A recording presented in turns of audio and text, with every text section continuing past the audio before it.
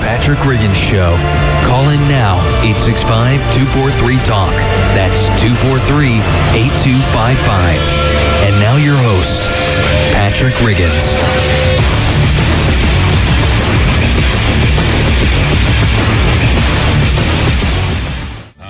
Beach music. Welcome to the Patrick Riggins Show. Wouldn't it be nice to be sitting on a nice sunny beach in the Caribbean, or Caribbean, however you might pronounce it? The relaxation is all the same. Almost the ultimate in libertarian living. No one bothering me, and I am not bothering anyone. Bringing you this relaxing daydream is the soothing station of the Southeast, WNOX FM 100.3. Lie back while we gently massage your eardrums via 100,000 watts of power covering parts of 5 states and 2 time zones. If you'd like to get a glimpse of people taking life a little less seriously, you can pull up your web browser and type in www.wnoxfm.com. There you can listen and view this radio show over the in-studio webcam. You'll see me. You'll see the producer, Tori. But what you won't see is anyone sitting here abusing a boxed alcoholic beverage. That's right. No plastic tubing, no latex or nitrile gloves, and no type of personal lubricants. Isn't that right, Tori? No Franzia in the studio. You just messed up what my plan was going to be later on when I got off work. Yeah. Only the finest of wines for me, though. Americo. Yes, no, that's why you can say no finer wine has ever passed your lips. Because it has not. Yeah, I always love when locals, it brings pride to us and makes us look good, and especially in the national spotlight. Nothing better. Morons. Morons. You know, why let Penn State have all the publicity? You know, we needed to do something to pull the publicity back to us. So I think we did it. We did it. When the 70s, UT was known as the streaking capital of the United States. Now we're the butt chug. Capital. Yay us. Yeah, nothing like getting that crown. We've won it back. I think ETSU used to be the party school. I think we've pretty much secured our place in that now. If that's party school, I don't care about partying anymore. I'll do my partying the old-fashioned way. Put the straw on the other end. Yeah, exactly. Oh. Yes, this afternoon we're going to do a little bit different here, and we're going to take some of your calls. This is what we're going to be taking your calls about. Yeah, and I'm sure most people have already heard that, but what I want to do is play a little bit of that. We'll get into some stuff here before then, but we're going to take your calls on that today. That was the infamous video, and we'll have more of that of the Obama phone.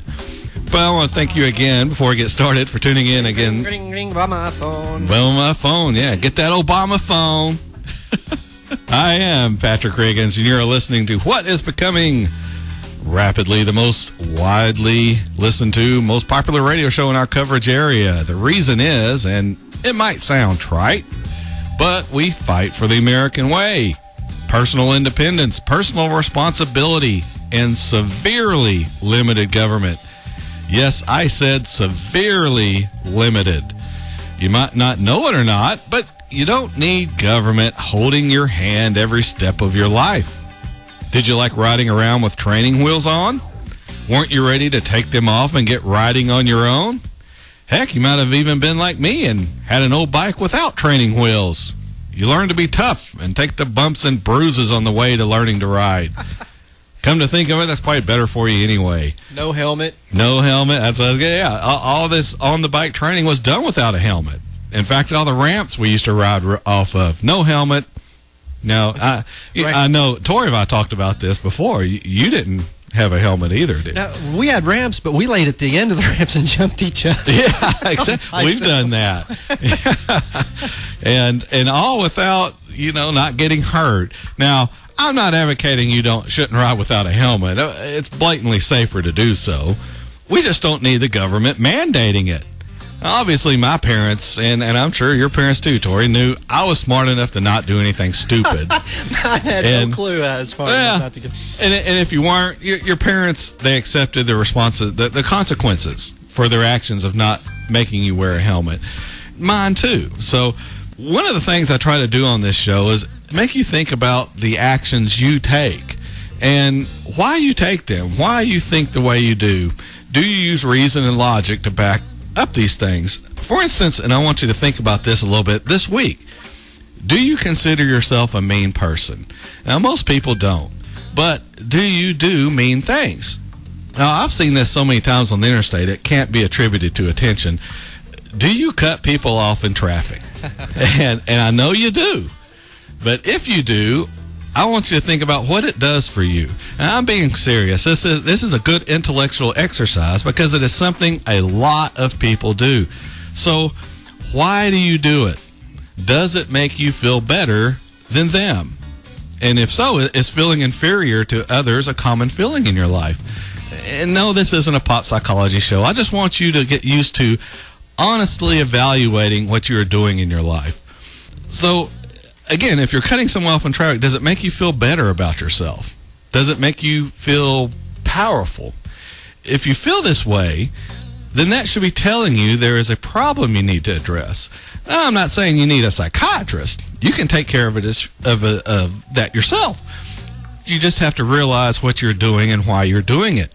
Having accomplished that, you can correct this thinking and concentrate on things that are productive and healthy.